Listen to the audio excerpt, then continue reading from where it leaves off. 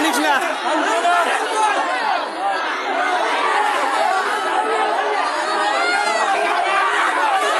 পানি আনা পানি আনে পানি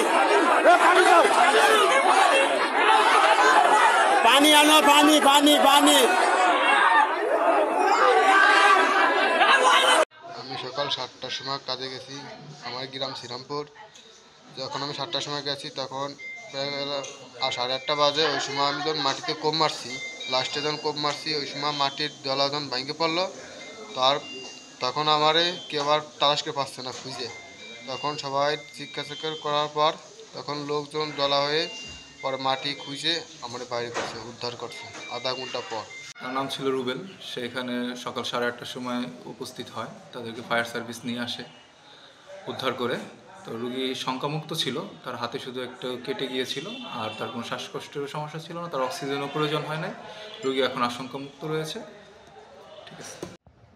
আমি রুবেলের আম্মু, আমাদের বাড়ি শ্রীরামপুর আলপাডাঙ্গা। এই আপনার কাজে গেছিল, ব্যাস কষার কাজে। তার তলে মাটির চাপা খেয়ে তলে পড়ে গেছিল, পরে উদ্ধার করছে, নিঃশ্বাস আসা, হাসপাতালে ভর্তি।